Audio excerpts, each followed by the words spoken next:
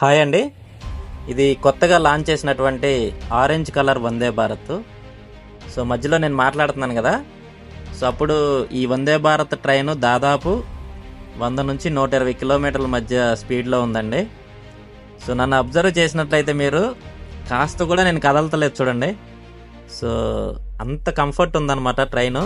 So సూపర్గా ఉంది. Suspension అన్నది మనకి చాలా ఎక్కువ ఉందన్నమాట. సో అదే నార్మల్ మనం వేరే ట్రైన్లో చూస్తే అటుపక్క ఇటుపక్క అటుపక్క ఇటుపక్క మనం ఊగుతూ ఉంటాం అనమాట. సో లాటరల్ మోషన్ అన్నది ఉంటుంది.